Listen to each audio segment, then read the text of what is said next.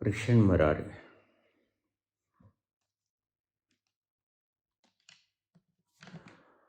बाबा जी,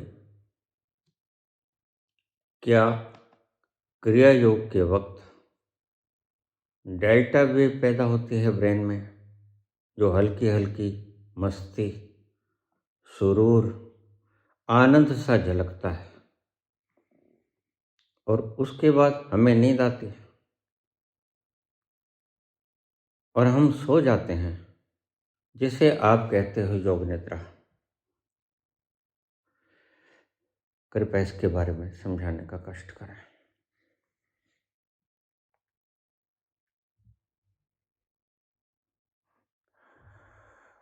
कृष्ण मुरारी।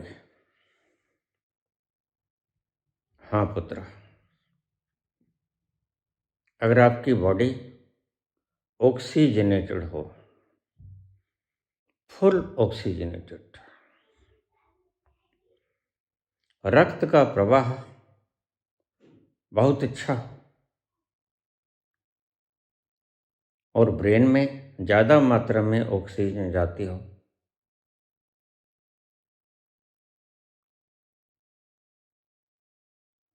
तो मस्तिष्क में डेल्टा वेव्स पैदा होनी शुरू हो जाती हैं। जैसे ही सांस लंबी खींचोगे, हू की आवाज़ से छोड़ोगे एकदम से, ये हू शब्द इस्लामियत की देन है।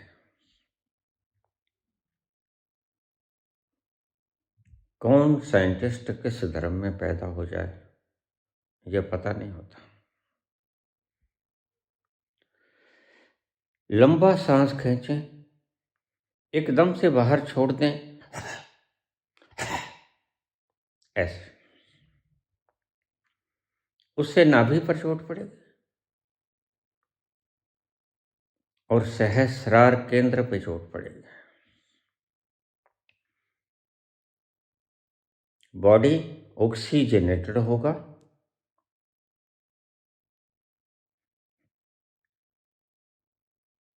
और आपके भीतर डेल्टा वेव पैदा होनी शुरू हो जाएगी। इसलिए मैं कहता हूं कि आप अपने सामर्थ्य के अनुसार ज़्यादा से ज़्यादा क्रियायोग करने की चेष्टा करें।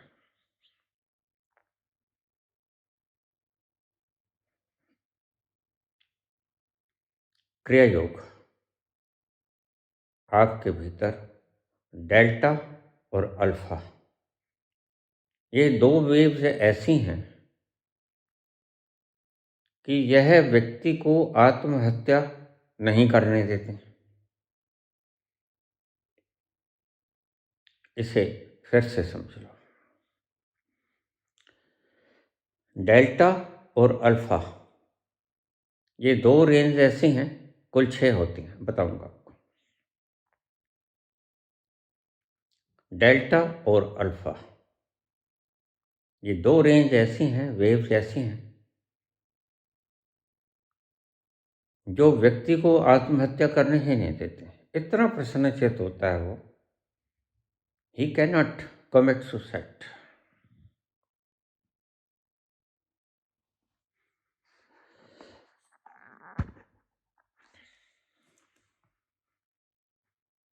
इसलिए मैंने बहुत पहले ये बात कही थी, जैसे बच्चा 12 साल का हो जाए, उसे हल्का हल्का क्रिया योग कराना शुरू करो। ये will not commit suicide, will never commit suicide.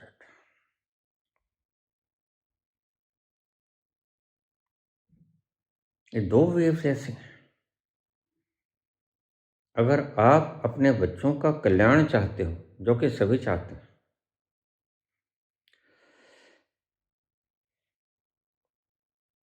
और स्कूलों में भी ये लागू होना चाहिए, पहले टीचर इसे अपना के देख लें। बच्चे इतना ज़्यादा भी ना करें कि योग निद्रा में चले जाएं। अध्यात्म के लिए तो बहुत अच्छा है, लेकिन पढ़ाई से वंचित हो जाएंगे।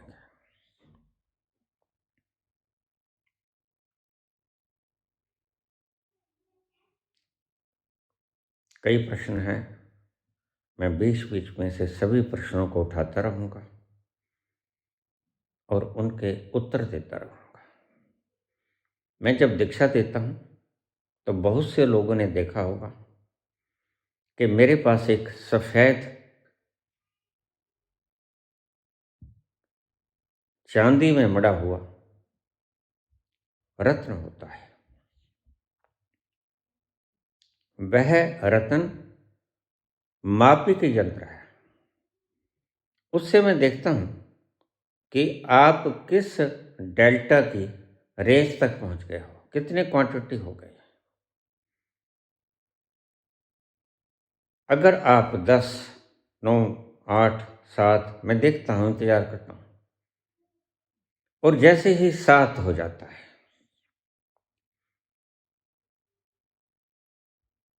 तो मैं हाथ उठा देता हूँ, क्योंकि 5 हुआ नहीं और आप योग निद्रा में गए। लेकिन डेल्टा रे वेव्स की एक खूबी है, अल्फा की भी है, डेल्टा की भी है। इनके मापक यंत्र हैं। हिंदुस्तान में भी कई लेबोरेटरीज खुली हुई होंगी इसकी, लेकिन मैं जानता नहीं, विदेशों में है। मेरे पास जो यंत्र है उसको चलाने का एक ढंग है, आप नहीं चला सकोगे। कहीं यहाँ से उठा के ले जाओ कि हम देखेंगे, नहीं, ऐसा नहीं, आप चला नहीं सकोगे उसे।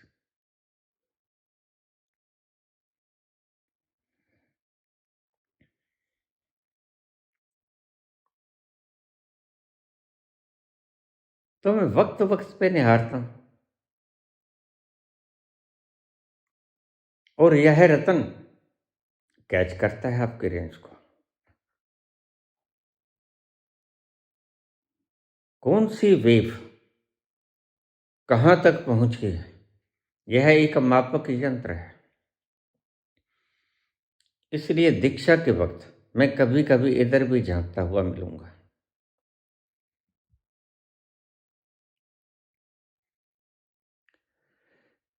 जैसे ही डेल्टा 7 तक आती है तो यह यंत्र मुझे बता देता है कि डेल्टा 7 आ गया।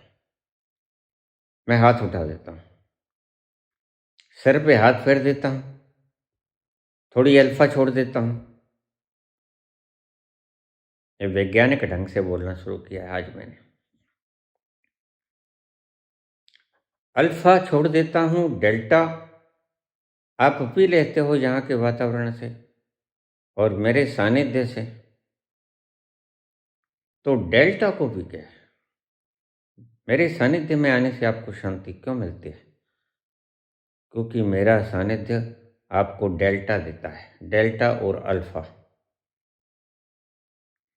मुझे इतना आत्म नियंत्रण है कि मैं जब चाहूँ डेल्टा और अल्फा इनको प्रसारित कर सकता हूँ। इन्हें ही इंद्र कहा गया, जो इंद्रियों पर अधिकार रखता हो, पोजेशन। तो मेरा पोजेशन है इनके ऊपर। आपको इंद्रियां नचाती हैं, मैं इंद्रियों से काम लेता हूँ। आपको मन नचाता है, मैं मन से काम लेता हूँ। यंत्र वही है, प्रयोग करने के ढंग अलग अलग हैं। आप मन से और इंद्रियों से प्रयोग किए जाते हो, मैं मन और इंद्रियों को प्रयोग करने के लिए हेतु बनाता हूँ, सेतु बनाता हूँ।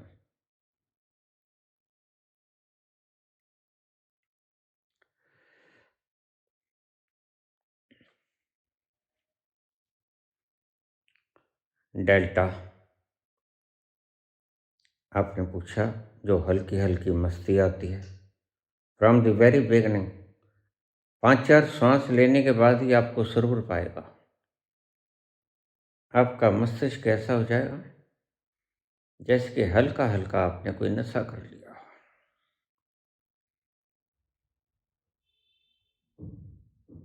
इसलिए बहुत से लोगों को इसकी लत भी लग जाती है। अच्छा है, बहुत से लोग मुझे कहते हैं बाबा आपने जीने का ढंग सिखा दिया।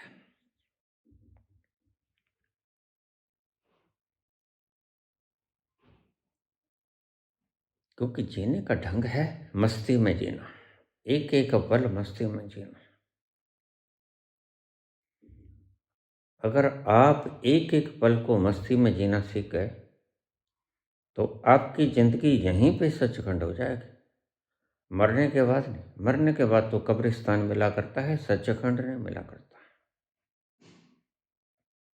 मरने के बाद कब्रिस्तान या शमशान मिला करता है, सचखंड नहीं मिला करता। ये जो लोग कहते हैं कि मरने के बाद आपकी उंगली पकड़ेंगे सचखंड में ले जाएंगे, झूठ बोलते हैं। मरने के बाद चार भाई आपको पूरी बारात आपको शमशान में और कब्रिस्तान ले जाएंगे और पीछे पूरी बारात चलेगी। जो तो मेरी अर्थी उठा के चलन गए, जदों मेरी अर्थी उठा के चलन गए, मेरे यार सब हम हुमा के चलन गए, जदों मेरी अर्थी उठा के चलन, मेरे यार सब हुमा के चलन गए, जदों मेरी अर्थी चलन गए, मेरे नाल दुश्मन भी मेरे, दुश्मन भी मेरे,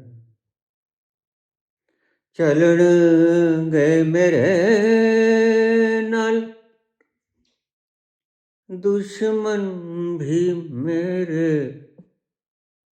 ए वखरी ए गल, ए वखरी ए गल, मुस्कुरा के चलणगे, ए वखरी ए गल, मुस्कुरा के चलणगे, मेरे यार सब हूँ हुमा के चलणगे, जदों मेरी अर्थी। जिस व्यक्ति के भीतर आत्महत्या का, स्वयं के जीवन समाप्त करने का वेव आता है, विचार आता है, ध्यान रखें उनके भीतर क्या माहौल होता है। सबसे पहले डोपामिन और सेरोटोनिन, ये दो हार्मोन्स हैं, इनकी कमी होनी शुरू हो जाती है। डोपामिन, सेरोटोनिन, लंबा तनाव, बहुत देर का तनाव और अवसाद, डिप्रेशन,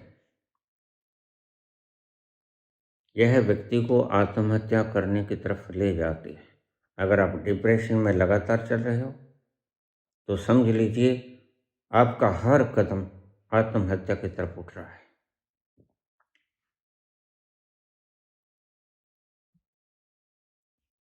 और नींद की कमी,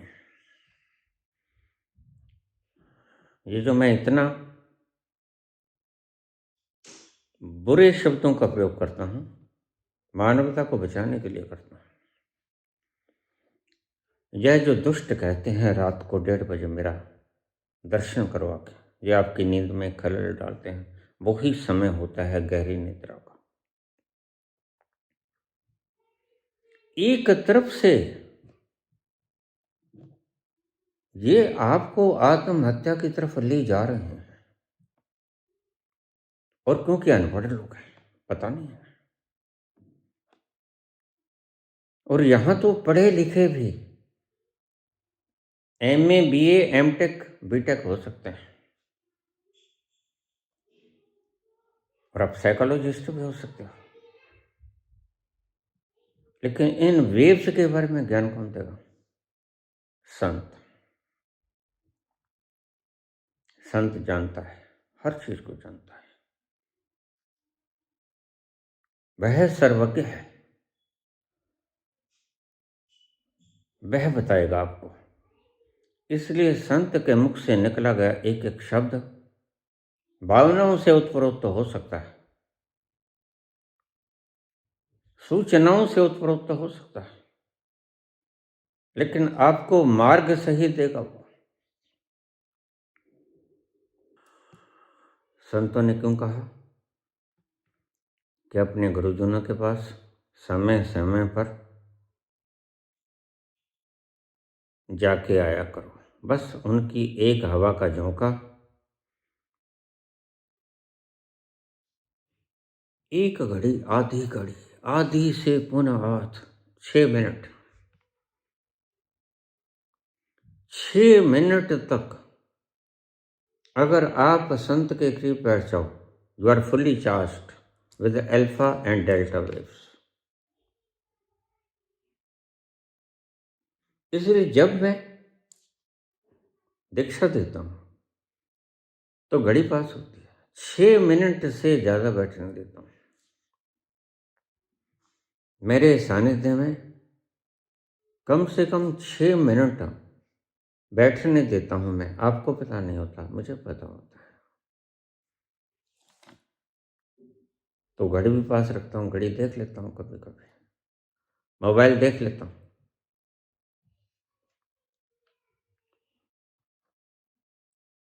मैं ऐसा प्रश्न नहीं पूछा। हर बात में बाबा जी से पूछा करता।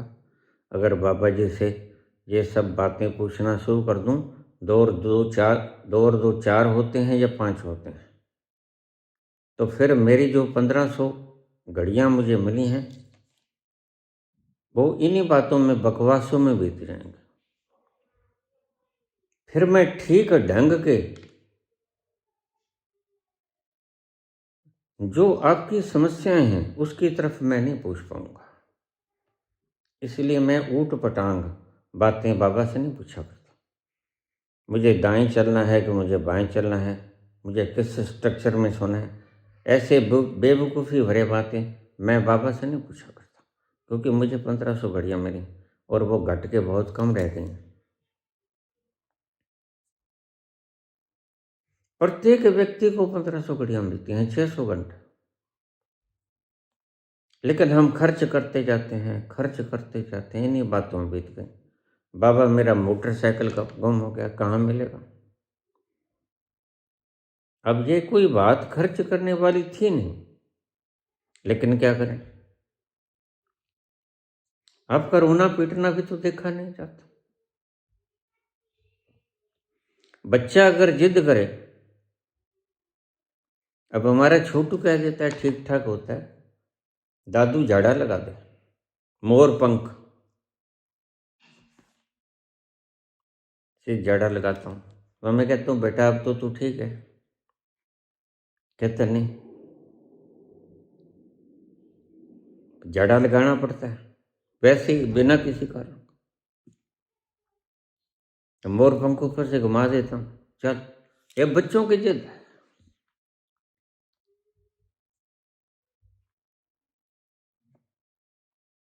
तो आप भी मेरे बच्चे हो।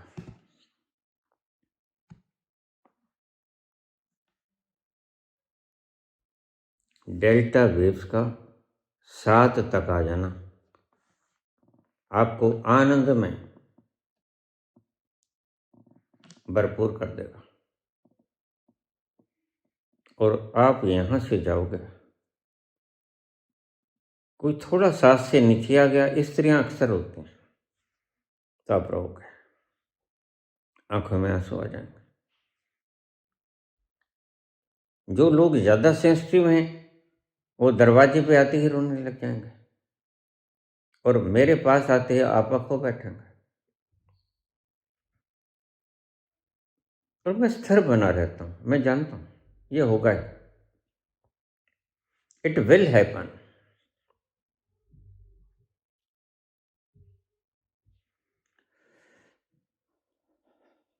डेल्टा और अल्फा।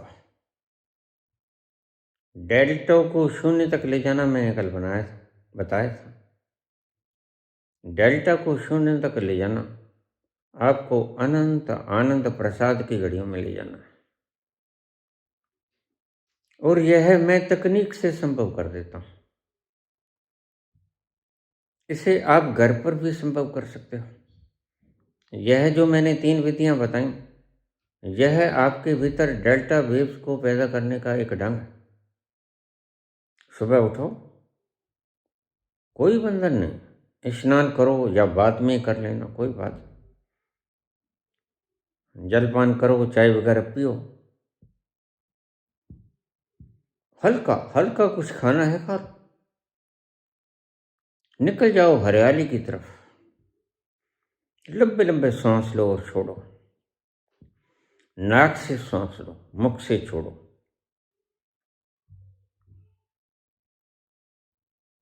इसका कारण है,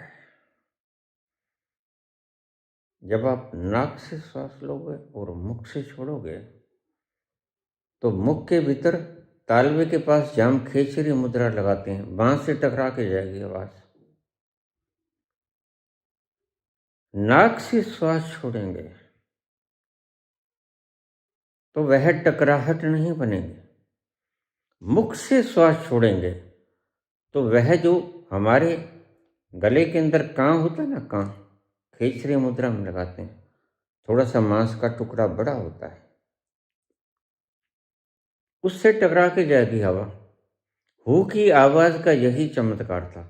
और यह जो कां कह देते हैं हम, यह ब्रह्मरंध्र से सीधा सीधा इसका जुड़ाव है। यह जो जीवा को उलट के खेचरी तक लगा देना, उस कां की तरफ लगा देना, तुम तो इसे क्रिया की तरह करते हो, लेकिन क्रिया की तरह नहीं होता। यह ऊपर से जब आनंद उतरता है, अमृत, तो उसे जीवा के अगले भाग से टच कर दो। आपको मैं बता दूं, जीवा का अगला भाग सबसे ज्यादा संवेदनशील होता है।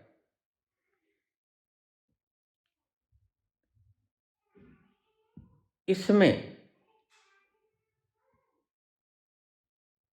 जो डॉट्स लगे हैं वो सबसे ज्यादा स्वाद बताने का काम करते हैं और सबसे ज्यादा ऑब्जर्व करते हैं। वो जैसे ही जीव को पलटोगे और इस कां के साथ लगाओगे, यह जो बड़ा हुआ मांस हल्का सा, यहीं से टपकता है रस, सहस्रार से आता है रस। जब आप इनर्शिया की स्थिति में होते हो, जब आप जीरो पे आ जाते हो और जीरो के पास जाकर आप बैठ जाते हो, तो वह रस नीचे उतरना शुरू हो जाता है। और रस नीचे उतरेगा तो वह सहस्रार से इस कां तक आएगा। यह जो हल्का सा, आप हल्का सा मांस का टुकड़ा देखते हो, बिल्कुल बारीक सा, इसके साथ जीवा लगाने को खेचरी मुद्रा कहते हैं। तो आपको बड़ा रस आएगा।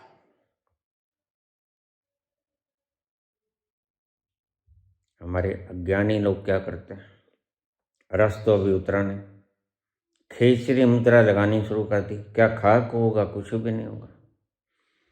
चाय में मिठाई नहीं डाला तो उसे पियोगे और बार बार तुम देखोगे मीठा तो है नहीं, क्योंकि भाई इसमें मीठा डाला है। रस उतरा नहीं तो खेचरी मुद्रा जीवा को मोड़ के कान के ऊपर लगाने का कोई फायदा नहीं। पहले रस को पैदा करना सीखो। जैसे ही वो रस उतरेगा, अगर तुमने खेचरी मुद्रा नहीं लगाई या नहीं लगानी जानते, जीवा को उलटना नहीं जानते, तो वो रस टपकेगा और खुद से वो ऑब्जर्व हो जाएगा आपके भीतर। क्योंकि सभी ये बर्ड्स, टेस्ट बर्ड्स सभी खून में मिल जाते हैं। टेस्ट बर्ड्स, इसलिए बहुत सी चीज़ें हैं, बहुत सी दवाइयाँ हैं जो हम बिल्कुल जीवा के नीचे रख लेते हैं और वो डिजॉल्व हो जाती हैं, तत्क्षण खून में मिल जाते हैं। तो इस स्थान का बड़ा प्रयोजन है।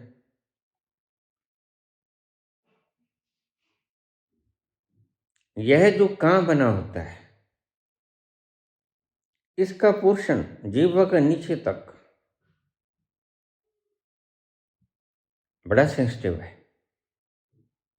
इसमें विशेष तरह के तंतु होते हैं जो उस रस को पीने के लिए बनाए गए हैं ईश्वर के द्वारा, उसके द्वारा, कारीगर के द्वारा, जो होता नहीं। बीच बीच में टोंट लगानी जरूरी होती है ताकि ये आचार्य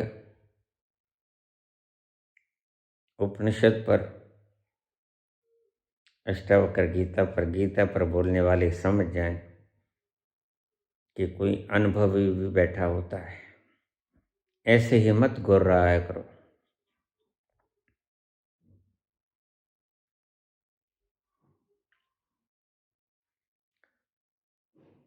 शब्दों से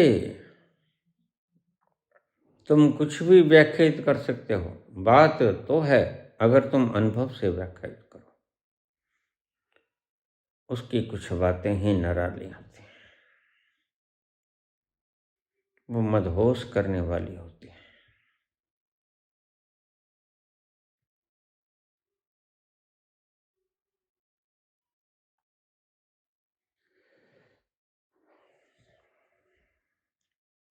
डेल्टा वेव्स को पैदा कीजिए। अब मैं साइंटिफिक भाषा में बोल रहा हूँ, कल भी साइंटिफिक भाषा में बोला था, आज भी साइंटिफिक भाषा में बोल रहा हूँ।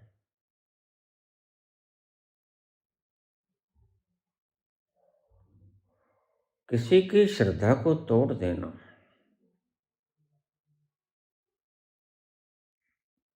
मैं कल बोला आशुतोष के लिए। ये कहते हैं वह पुनः वापस आएगा, वह कहता है पुनः वापस में जा ही नहीं सकता, बिकॉज ब्रेन इज डेड। वह मेरे पास बैठा है, प्रवचन सुनता रहता है। तो तुम कहोगे मैं कौन नहीं मानू, तो मुझे इस पे कोई आपत्ति नहीं। मुझे मार्क्स पे क्या आपत्ति है, मुझे प्रेमानंद पे, मुझे आचार्य पे कोई आपत्ति नहीं। वो खुश हो लेंगे, वो अपना इलाज करा लेगा, वो अपना सारा ढांचा बना लेगा, मुझे कोई आपत्ति नहीं। लेकिन मैं सिर्फ इतना कहना चाहूँगा, जो सत्य जानता है उसे भी सत्य बोलना चाहिए। फिर उसे कोई सुने या ना सुने, यह उसकी किस्मत की बात है।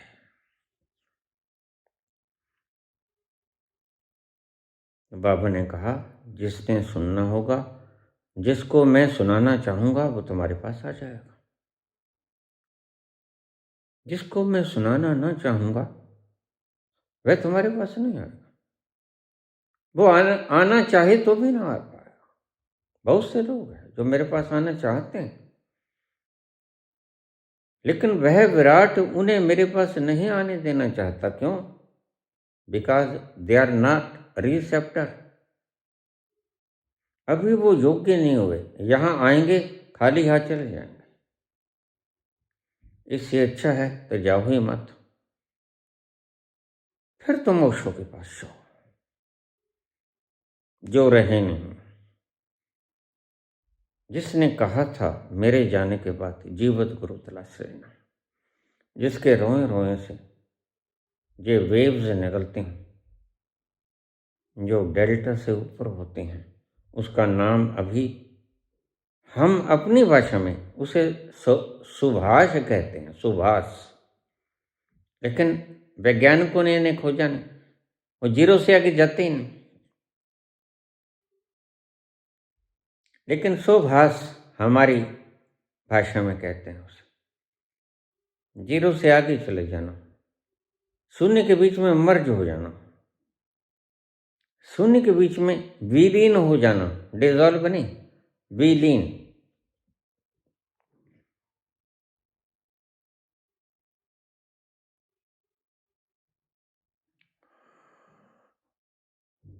इसलिए कहा गया कि गुरु के पास कम से कम एक घड़ी, आधी घड़ी, एक घड़ी 24 मिनट की, आधी घड़ी 12 मिनट की, आधी से पुनः आध 6 मिनट। तुलसीदास ये बातें संत से जानकर फिर लिखते हैं, खुद का अनुभव नहीं है तुलसी का। ध्यान रखना, तुलसी को जरा भी पता नहीं कि सूरज 15,000, 15 lakh, 15 crore miles away from earth, तुलसी को पता नहीं। तुलसी साइंटिस्ट नहीं, वह 1500 है, 15,000 है, 15 लाख है, 15 करोड़ है, उसे पता नहीं, 15 अरब है। लेकिन गणितज्ञ बैठे हैं तब तुलसी के वेले में, वो जानते हैं। ऐसे बहुत सी बातें मैं वैज्ञानिकों ने कही है तो बोल दूंगा, मेरा अपना अनुभव नहीं होगा उनमें।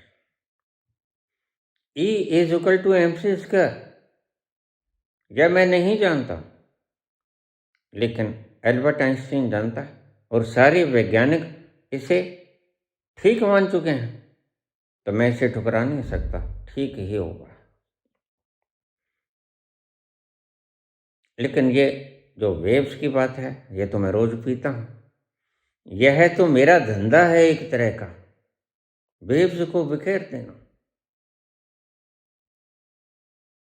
मैंने कल कहा था आपसे, ब्रेन डेड है, ही वांट्स टू रिटर्न, वह आना चाहता है, लेकिन जैसे ही उसकी 68 साल की उम्र में हार्ट ठहर गया, तो मैंने कहा 12 मिनट तक, और डॉक्टर के पास लेके गए। 12 मिनट तक अगर हमारे न्यूरॉन्स को ऑक्सीजन न मिले तो वो मर जाते हैं, and they cannot be revive, वो जिंदा नहीं किए जा सकते, नॉट एट ऑल। मैं कहता हूं इन लोगों पर अभियोग चलाना चाहिए, जो वहां बैठे छैने थोड़े खड़का रहे हैं ढोलकी तबला, उनके ऊपर अभियोग चलाना चाहिए। आप सोक्रेटिस पे तो अभियोग चला देते हो कि जहर का प्याला पिला देते हो, ईसा पर तो अभियोग चला देते हो कि आप बच्चों को गुमराह कर रहे हो, जवानों को। अब ये जवानों को गुमराह नहीं कर रहा है, बताओ, इसका अपना अनुभव है। जो इस संस्था को संभाल रहे हैं इस वक्त, क्या वो लोगों को, इतनी जनता को, लाखों लोगों को गुमराह नहीं कर रहे हैं? किसके लिए वो आपको पता ही है। डेरे के पास जमीन होगी, जालंधर के पास है, महंगी जमीन होगी, उसको चला रहे हैं। क्या ये यूथ को गलत दिशा की तरफ नहीं ले जा रहे हैं? और बिल्कुल इसी कारणों से सुकरात को जहर पिलाया गया था, ज्यादा बढ़िया था।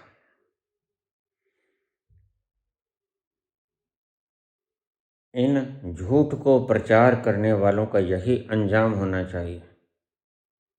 कसो इनको, सत्य की कसौटी पे कसो।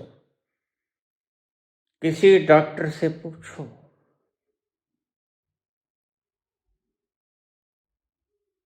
किसी डॉक्टर से पूछो, किसी भी डॉक्टर से पूछो जाकर, अगर 12 मिनट तक न्यूरॉन्स को ऑक्सीजन न मिले तो क्या होगा? वो कहेंगे हम उसे मृत घोषित कर देंगे। तुम इसे पूछना कि क्या वह व्यक्ति जो चेतना चला गया निकल के देही से, वह वापस आ पाएगा? वो कहेंगे नहीं, बिल्कुल नहीं। तुम फिर पूछना, इस डेरे में जाने वाले भक्तों से मैं अपील करता हूं, मेरी बात को मत माने,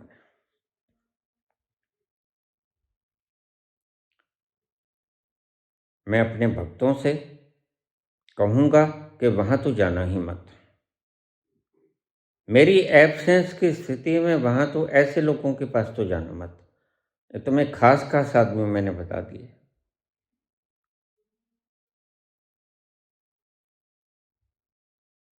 दिव्य ज्योति संस्थान।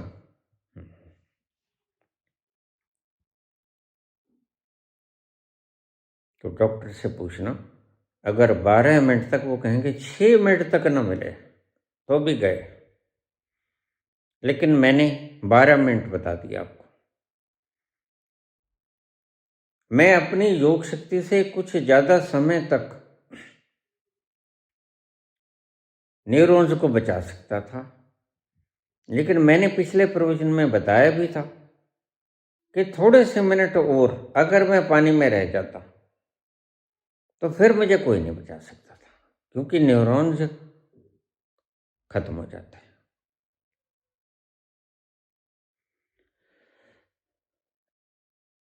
मुझसे कुछ बुलवाना था, टुकुर टुकुर देख रहे थे। यह जो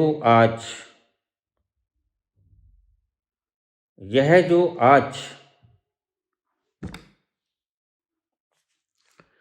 श्रेय ले रहे हैं मुझे बचाने का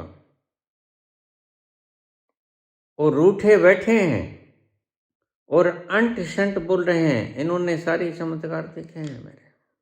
ये वही लोग हैं जो मुझसे वरदान लेके गए थे 2 बेटों का। और ये मुझसे क्यों रूठे हैं? इसलिए कि मेरे बच्चे ने आपको बचाया, आपने उन्हें श्रेय नहीं दिया। मैं गलत व्यक्ति को श्रेय दिया भी नहीं करता। मैं फूल के कुप्पा हो जाएगा, उसका अहंकार बढ़ जाएगा, और अहंकार का बढ़ने का मतलब वह आनंद को कभी नहीं पा सकेगा।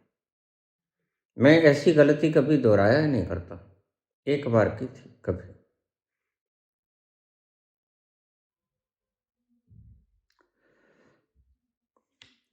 तो इनसे मैं सीधे पूछ लेता हूं। बाबा कहते, जब मैंने देखा कि अब इसके ब्रेन डेड होने जा रहा है, अगर अब मैंने रस्सी ना भेजी, वो व्यक्ति वहीं खड़ा देख रहा था, तो रस्सी भेजी मैंने और उस रस्सी के सहारे मुझे निकाला। अब बताओ श्रेय किसको मिलना चाहिए? तो बाबा कहते, जिससे मैंने काम लेना होता है उसे अहोभागी समझना चाहिए कि मैंने उससे काम लिया, मैं उसे पुरस्कृत भी करूंगा।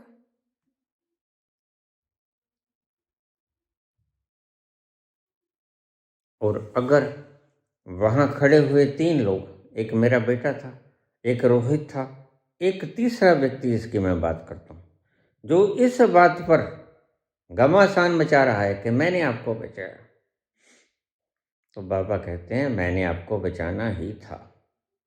मैं किसी के भीतर भी प्रवेश कर जाता, हौसला मैंने देना था, हौसला मैंने देना था। मैं किसी को भी हौसला दे देता, मेरा पुत्र ही कूद जाता।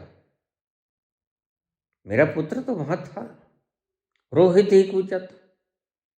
जब रस्सी आ गई थी तो कोई भी व्यक्ति उसे हाथ से बांध के मुझे निकाल लेता, और बिल्कुल सटीक ये सब बाबा ने किया। वह व्यक्ति भीतर उतरा और तत्क्षण उसको मेरी बॉडी मिल गई। अगर ना मिलती फिर वो क्या करता। लेकिन बात तो ये है कि हम परमात्मा को जानते नहीं, देखा नहीं, इसलिए हम सारी चीज़ों का श्रेय खुद लेना चाहते हैं। जो हमने नहीं किया वो भी श्रेय लेना चाहते हैं। ऐसे ही तो हमारे सिपाहा सालार बैठे हैं, जो गद्दियों पर बैठ गए, जो कहते हैं मैं हूं तो मुमकिन है। उन्हें पता नहीं एक दिन धराशायी हो जाएंगे, जमीन सूंघ लेंगे ये भी, लेकिन व्यर्थ का श्रेय यहीं पड़ा रह जाएगा।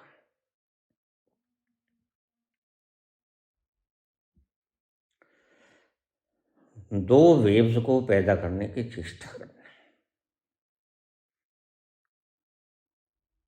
थोड़ा सा आपको बता दूं, आंवला और सेब। अगर अंग्रेजी में कहावत है a apple a day keeps the doctor away, एक सेब रोज खाओ, किसी भी तरह खाओ। वैसे भी हम व्यसनों पे पैसे खर्च कर देते हैं, इस एक सेब की कोई ज्यादा कीमत नहीं होती। कीप्स द डॉक्टर अवे, 130 बीमारियों का इलाज है इसमें। एक सेब में 130 बीमारियों का इलाज, जो बहुत बारीक बारीक चीजें हैं, जो हमारे शरीर के लिए उपयोगी हैं। तो एक सेब रोज खाया करो। मेरी तरफ मत देखो, मैं तो रोटी नहीं खाता, सेब भी नहीं खाता। मैं तो जो पीता हूं उसमें कुछ घुल जाता है आके, जो उसको अमृत बना देता है। मेरे तो ऊपर से टपकती है अमृत की धारा, और उससे सब कमियां परिपूर्ण हो जाती हैं। तुम मेरी नकल मत करना, इमिटेट मत करना, मुझे आइकॉन मत बना लेना, क्योंकि मेरा कुछ शरीर की संरचना और उसके कृपा, विराट के कृपा, जो है नहीं और जिसने सारी मैनेजमेंट कर दी।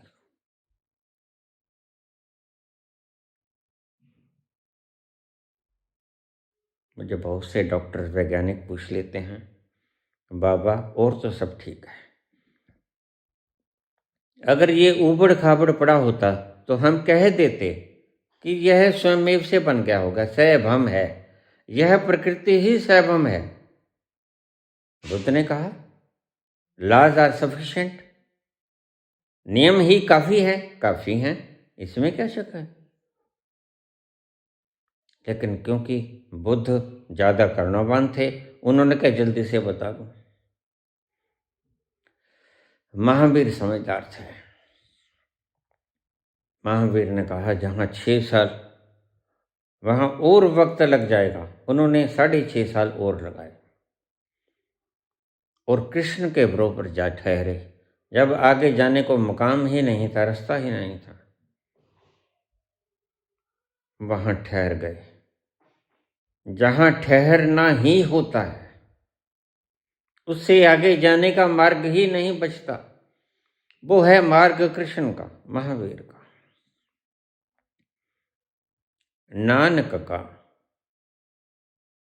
और अब तो तुम कह सकते हो मेरा। मैं भी उस अंतिम छोर को छुआ,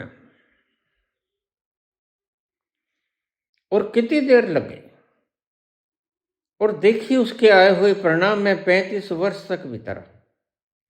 कितने प्यासे हैं हम, तुम इससे अंदाज लगा सकते हो। मुझे लोग कहते हैं कि बाबा आपके बाद कौन, तो फिर उन 21 लोगों में किसी की ड्यूटी लगा देना। मैंने कहा भाई ड्यूटी से बात चलेगी नहीं, क्योंकि जो व्यक्ति उस रस को पी लेता है वह स्वतंत्र होता है, परम स्वतंत्र। उस पर कुछ थोपना बड़े से बड़ा महापाप है। और मैं अगर उनसे कहा भी मैंने एक व्यक्ति से, उसने मुझे कहा बाबा आपने 35 वर्ष तक पिया पिया ना? मैंने कहा हाँ। फिर भी बाबा ने कहा बोलो। आपने कहा नहीं बोलूंगा, किसी और की ड्यूटी लगा दो। बाबा कहते हैं और कोई है ही नहीं। अब फिर उठे ना। लेकिन हमें तो अभी 2-3 वर्ष ही हुए हैं उस आनंद को पीते हुए। अभी हमारा मन कैसे भर जाएगा? जन्मों जन्मों की, अनंत जन्मों की प्यास है ये, इस जन्म में भी बुझ जाए तो काफी है।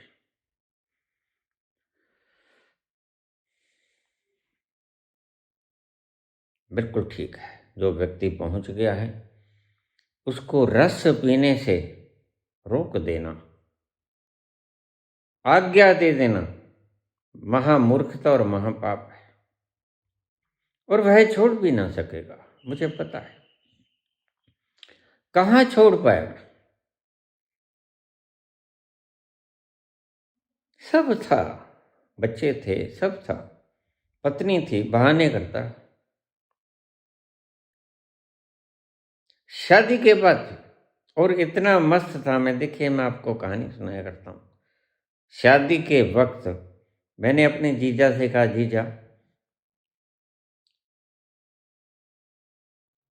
क्या ऐसा नहीं हो सकता? क्या? वह भी थोड़ा सा ऊत दिमाग का था कि आप मेरी फोटो ले जाओ। अच्छा, और फोटो ले जाके लड़की से फेरे करा के, देखिए शब्द मैं सच बोलता हूँ, बिल्कुल सच बोलता हूँ, जरा भी गलती नहीं है, एक अक्षर भी इधर से उधर नहीं होगा। तुम फेरे दिला के वापस दुल्हन को साथ लेके आ जाना। बड़ा जीजा, अब निधन हो गया उसका, 90 साल, 85 साल की उम्र में।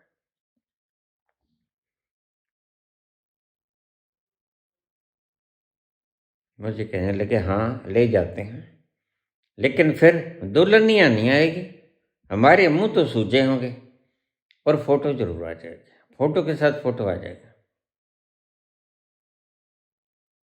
तो फिर मुझे उठना ही पड़ा। देखिए तुम जिस काम के लिए भागते हो, रेप करते हो, मार देते हो,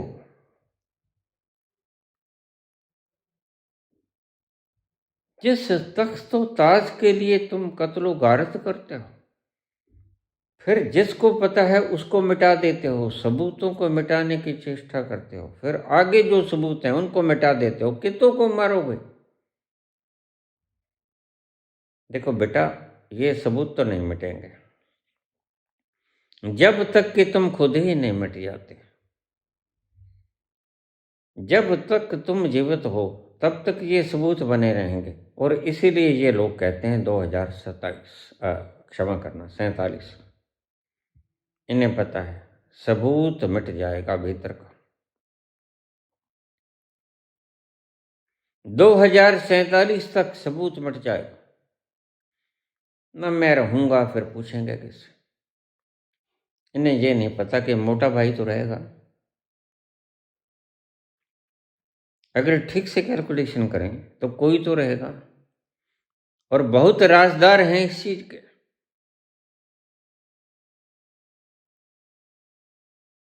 और अब तो जग जाहिर हो गया कि साहिब ने क्या कुछ किया। ये एपस्टिन कांड हो गया। मैं आपसे सौगंध खा के कहता हूं कि जैसे मुझे ट्रंप की इन्वॉल्वमेंट मिली इसमें, मैं इस व्यक्ति का गुप्त अंग काट लेता और मैं से कहता तालियां बजाओ और फिरो। यह आज धौंस देकर लोगों का ध्यान दूसरी ओर मोड़ना चाहता है। कभी वेंजुआला के राष्ट्रपति को उठा लेता है, उसकी धर्मपत्नी को उठा लेता है, सिर्फ ध्यान को मोड़ने के ढंग। कि मेरी एपस्टीन कांड में जो फोटोज देखी गई और जो छुपी पड़ी हैं, वो अगर नग्न फोटोज आ जाएं तो अमेरिकन मेरा गला मेरी टाई पकड़ के नीचे उतार देंगे। चल हरामखोर, ये बैठने की जगह नहीं है तेरी। तो मैंने आपसे पहले ही कहा, मैं ऐसे व्यक्तियों के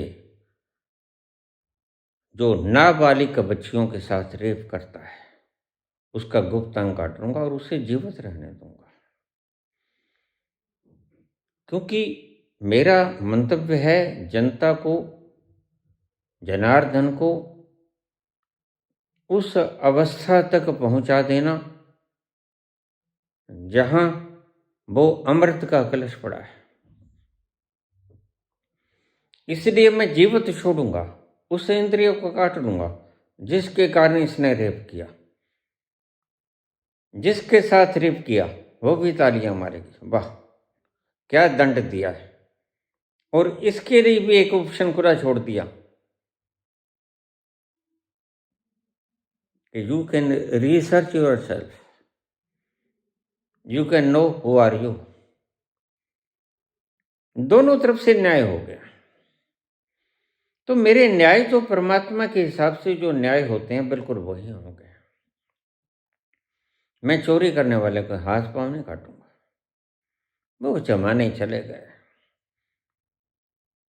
अब चोरी करने वाले के हाथ पांव काट दिए जाते थे, आंखें फोड़ दी जाती थी, या कोई ढंग नहीं था। बलात् जो बिना किसी की इच्छा के बलात्, और जिसका यौन अभी पूरी तरह से समृद्ध नहीं हुआ, परिपूर्ण हुआ नहीं हुआ, उसके साथ ऐसा घिनौना कृत्य करना, बच्ची के साथ, तो उसे परमात्मा की सृष्टि के हिसाब से, उसके बनाए हुए कानून के हिसाब से दंड दूंगा। मैंने ये कहा आपको।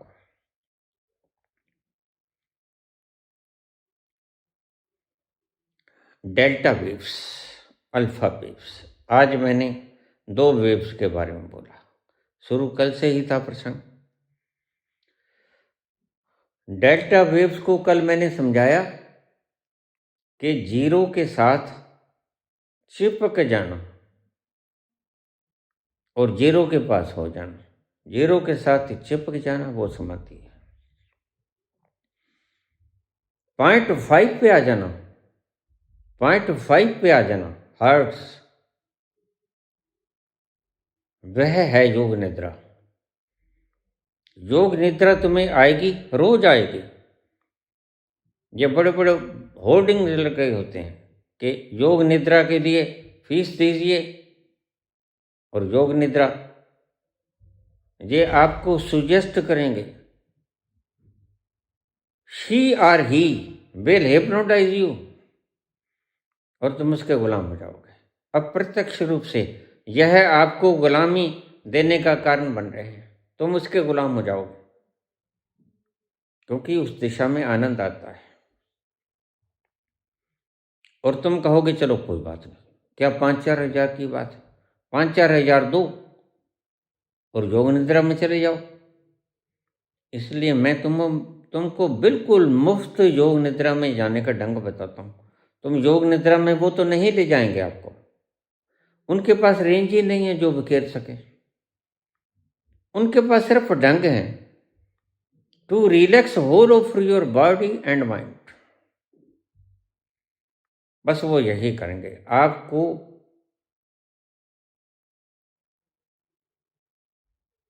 वो हिप्नोटाइज सम्मोहित करके आपको कहेंगे रिलैक्स हो जाओ, पाँव से पकड़ छोड़ दो, उंगलियों से पकड़ छोड़ दो, हाथों से पकड़ छोड़ दो, सारे शरीर को ढीला करते जाएंगे, रिलैक्स करते जाएंगे, ब्रेन तक ले जाएंगे।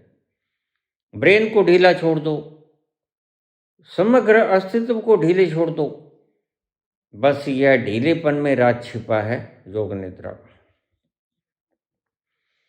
मैं तुम्हें कहता हूं ऑक्सीजनेटेड हो जाओ, और जब तुम ऑक्सीजनेटेड होगे मेरी तरीके से, श्वास तो आप भस्त्रिका में भी ले सकते हो, 23-23 जो ओशो की पद्धति है, तेज से श्वास लेना छोड़ना, उससे नहीं हो पाओगे। क्योंकि नाक से श्वास लेना, वहाँ भी एक ग्रंथि प्रभावित होती है। नाक से श्वास लेते वक्त तीसरे नेत्र से थोड़ी सी हवा टकरा के जाती है। देखना, तीसरे नेत्र पे थोड़ा सा खिंचाव आएगा। अगर आप पागलों की तरह से श्वास लेना शुरू कर दिया, कुछ नहीं होगा उसका।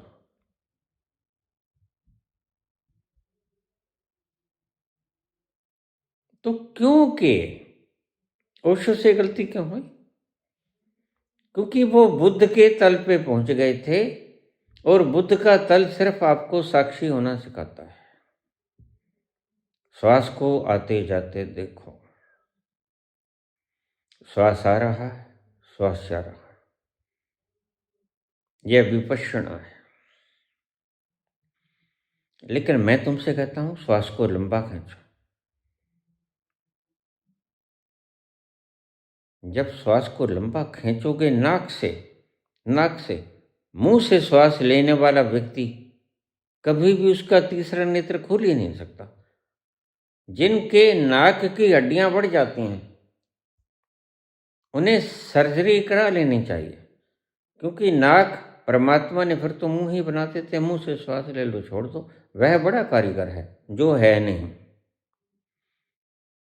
ये बोलना जरूरी हो जाता है।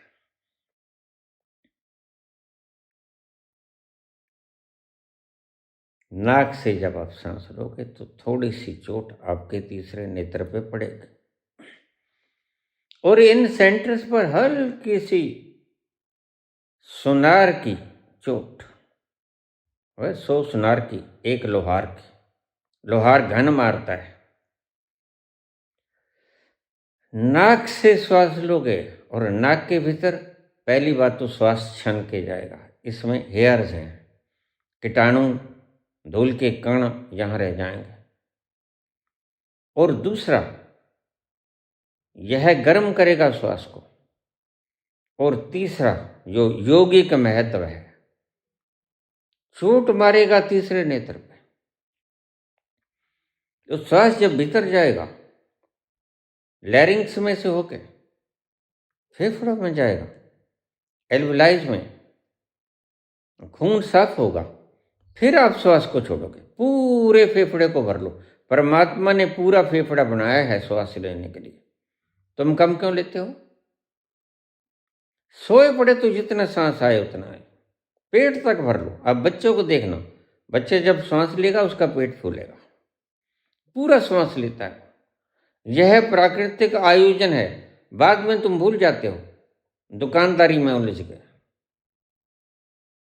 बच्चे को देखना, बच्चे का पेट उठेगा, बच्चा पूरा श्वास लेता है, फेफड़ा भर जाता है, फिर पेट भर जाता है, फिर छोड़ता है। यह नेचर खुद कराती है बच्चे से। तो तुम पूरा पेट भर लेना, पूरा फेफड़ा भर लेना। गर्भवती औरत इसको ना करे। गर्भवती औरत पेट को ना भरे, क्योंकि उससे बच्चे के गिरने का खतरा हो जाता है। इसलिए गर्भवती स्त्री को मैं जल्दी दीक्षा नहीं देता, क्योंकि दीक्षा के वक्त यह रेंज छोड़नी उसे मस्ती पैदा कर सकती है, गिर सकती है और नुकसान पहुंच सकता है। कहीं ज्यादा चढ़ जाए, जैसे तुम ज्यादा शराब पी लियो, तो वह शराब जो तुम्हें मस्ती दे सकती थी, आनंद की, शेर व शायरी कर सकती थी, वही शराब तुम्हें गंदे नाले में भी गिरा सकती है। अति सर्वत्र वर्जित। तो मैं गर्भवती स्त्री को दीक्षा देता ही नहीं। मैंने रोक ही लगा दी, गर्भवती स्त्री दीक्षा ना लेके जाए। तो श्वास को खींचोगे, यहां पर चोट पड़ेगी, तीसरे नेत्र पर। देखो जरा, श्वास लेकर यहाँ पर चोट पड़ेगी। नाभि का कोई मतलब नहीं। श्वास लेते वक्त यह तीसरे नेत्र पे, और हल्की सी तीसरा नेत्र जुड़ा है स्वादिष्ठान, क्षमा करना, तीसरा नेत्र जुड़ा है सहस्रार के साथ। हल्की सी चोट सहस्रार में भी जाएगी, बिल्कुल हल्की सी, नाम मात्र, पवन जैसी हवा चलती है ऐसे। तो इन दो चक्रों पे आघात पहुंचेगा श्वास लेने से। क्रिया योग का बड़ा महीन चित्र खींच रहा हूं मैं, इसको ध्यान से सुनना। नाक से श्वास लिया, दो चक्रों पर पड़ेगा। यह कुंडलिनी पर, नाभि क्षेत्र पर इसका जरा भी प्रभाव नहीं होगा। जैसे ही आपने श्वास भर लिया और श्वास छोड़ा और हु की आवाज से छोड़ा, हा, है की आवाज निकलेगी, है, हु, हा। तो है की आवाज बड़ी प्यारी है। यह इस्लामियत की खोज है, सूफी संत इसे करते हैं। तो नाभि चक्र पे आघात पड़ेगा, वह पड़ी है कुंडली। कुंडली जगने में सहायता होगी। और देखिए, इस भ्रम को त्याग दीजिए। बहुत से लोग तो ऐसा भी कहते हैं कि मृत्यु के वक्त जैसे लाखों बिच्छू काटते हो इतना दर्द होता है। बिल्कुल दर्द नहीं होता भाई। मृत्यु के वक्त तो इतनी गहन शांति होती है जितना तुम सोच भी नहीं सकते।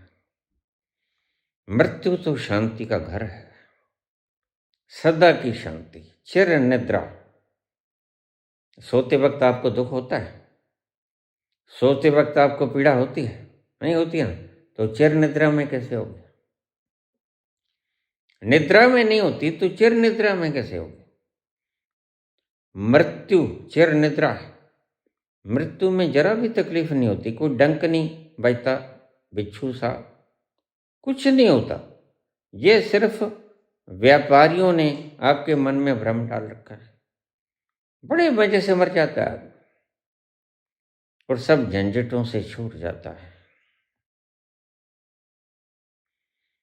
बिगड़ेगी और बनेगी, दुनिया यहीं रहेगी। होंगे यही झमेले, होंगे यही झमेले, ये जिंदगी के मेले दुनिया में कम न होंगे, अफसोस हम न होंगे। ये झमेले कम नहीं होंगे, तुम देख लेना। फिर जब कोई व्यक्ति दूसरी बार जन्म लेता है, इस्लामियत में और ईसाइयत में तो यह है कि एक ही जन्म होता है। उसका कारण मैंने आपको समझा दिया ताकि आप इस जन्म में ही पूरी कोशिश करके पहुंच जाओ। ये था असली मतलब। अन्यथा जीवन तो अनेक होते हैं। यह पत्थर से सुपर कॉन्शियस तक की यात्रा है, जड़ से परम चेतना तक की यात्रा। तो इसमें अनंत जीवन होते हैं। जब आपका जीवैषणा खत्म हो जाए, नाक मुड़ जाए जीवन से, आत्महत्या नहीं। सच में जो तुमने अपने आप को समझ रखा है उसको मिटाना है, इसे आत्महत्या कहते हैं। यह शरीर तो दूसरा है, यह तो चदरिया की तरह है, इसको तो आप उतार के रख सकते हो। इसने क्या बिगड़ा आपका? कबीर ने रखी थी, ज्यों की त्यों धर दी नी चदरिया, बड़े जतन से ओढ़े थे। बड़ा बचा बचा के रखा था इसको। कहीं दाग न लग जाए, कहीं दाग न लग जाए, जो कि त्यों धर दी नी चदरिया, बड़े जतन से उड़ी थी। तो नाक से श्वास लोगे, दो चक्रों पे चोट पड़ेगी। पूरा पेट भर लो, पूरा फेफड़ा भर लो। जय आपको इतना ऑर्गन दिया, आप पेट तो भर लेते हैं, पेट तो पूरा भर के, पूरे से भी ज़्यादा भर लेते हो, गोगड़ बाहर आ जाती है जैसे 1.5 साल का बच्चा पेट में। ये देखो आप राजनीतिक लोगों को कैसे गोगड़ भरी हुई है। थोड़ा सा बनियान को उठा के दिखा दिया करो, ये देखो हमारे पेट में बच्चा है।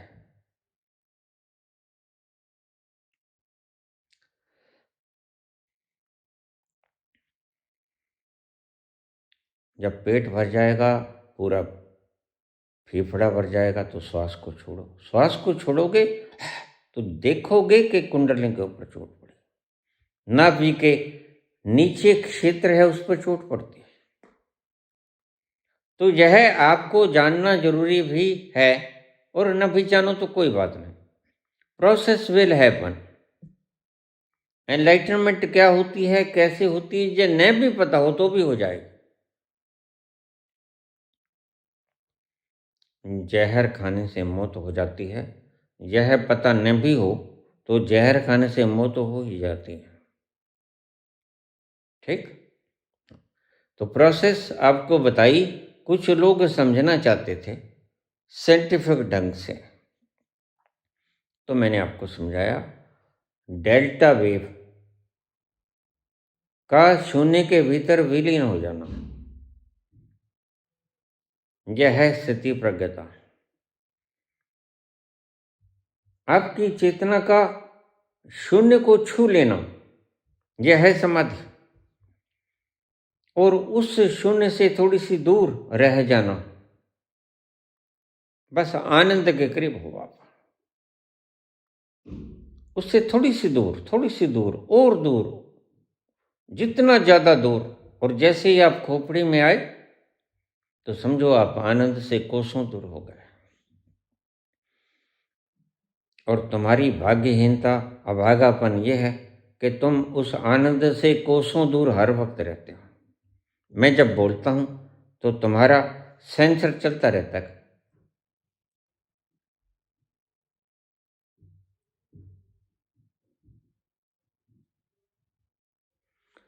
तुम्हारा सेंसर चलता रहता है जब मैं बोलता हूं। क्यों? क्योंकि तुम खोपड़ी में आ गए। और आनंद का वह समुद्र बहुत दूर है, आनंद का वह कलश बहुत दूर है। मेरी पूरी प्रयास है कि तुम्हें किसी न किसी तरह तुम्हारे शरीर की जरूरतों को मिटाकर, पूरी करके, तुम्हें किसी न किसी तरह उस अमृत कलश के पास ले जाऊं एक बार, या उसके चौगर्दे, उसके प्रभाव क्षेत्र में आप किसी तरह आ जाओ।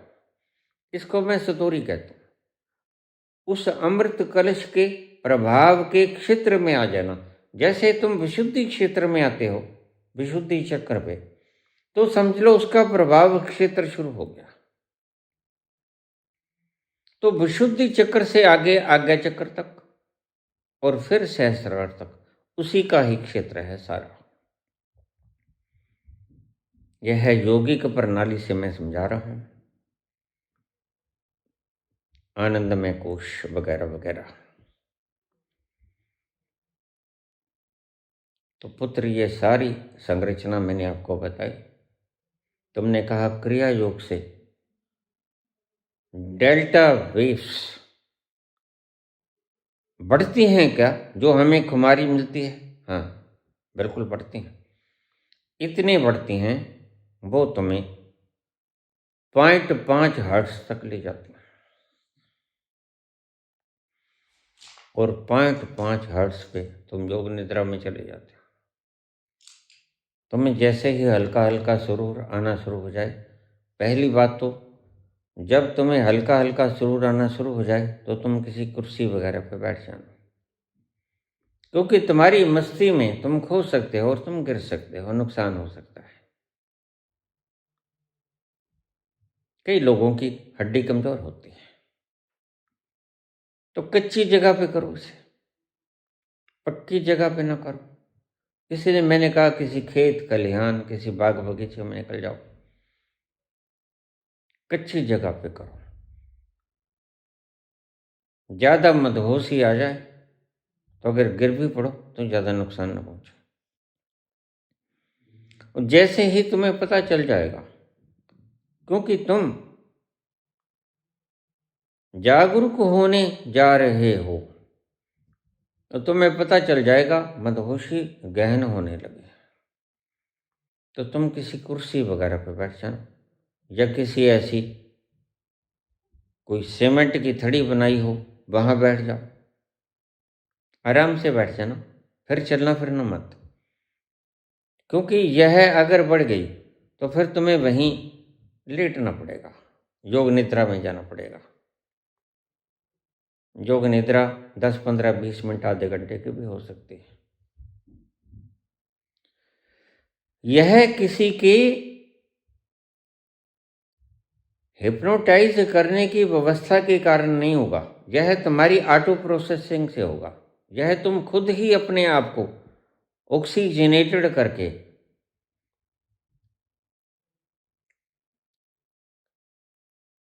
उस निद्रा में लेके जा रहे हो। अगर तुमने इन व्यापारियों के जाल में उलझ के योग निद्रा में, पहली बात तो तुम जाओगे नहीं, रिलैक्स हो जाओगे मात्र इनके सुझावों को मानकर, सुजेशंस को मानकर। ये सुझाव देते जाएंगे, तुम्हें हिप्नोटाइज करते जाएंगे और तुम अपने आप को रिलैक्स करते जाओगे। यह कोई विशेष बात नहीं है जो 5-4 हज़ार रुपये लेंगे।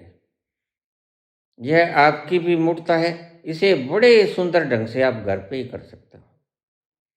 सैर की सैर, आपके शरीर को थोड़ी सी गति मिलेगी, फिर एक्स्ट्रा से आपको व्यायाम करने की जरूरत नहीं, इतना व्यायाम काफ़ी है। चलते फिरते आध घंटे तक क्रिया योग कर लो, इतना व्यायाम काफ़ी है।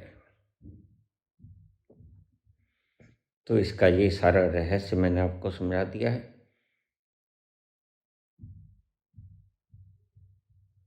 हाँ,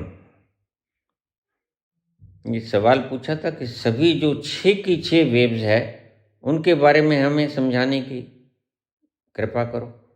तो आपको समझाऊंगा बाकी 4 वेव्स के बारे में। 2 वेव्स आपको बता दी, मुख्यतः आपको डेल्टा बताई, जो कि डेल्टा वेव आपको समाधि से उरे तक ले जाएंगे। अल्फा भी इसके साथ बिल्कुल इसकी सहायक है। तो बाकी जो 4 रहेगी, थीटा बीटा, वो मैं आपको फिर 1-2 दिन के प्रवचन में, अगर भूल जाऊं तो मुझे याद करा देना, मैं आपको अलग से बता दूंगा। धन्यवाद। कहीं दाग न लग जाए, कहीं दाग न लग जाए, बाली उमरिया निर्मल चदरिया, बाली उमरिया निर्मल चदरिया, आग न लग जाए, कहीं दाग न लग जाए, कहीं दाग न लग जाए, बाली उमरिया निर्मल चदरिया, बाली उमरिया निर्मल चदरिया, आग न लग जाए, कहीं दाग न लग जाए।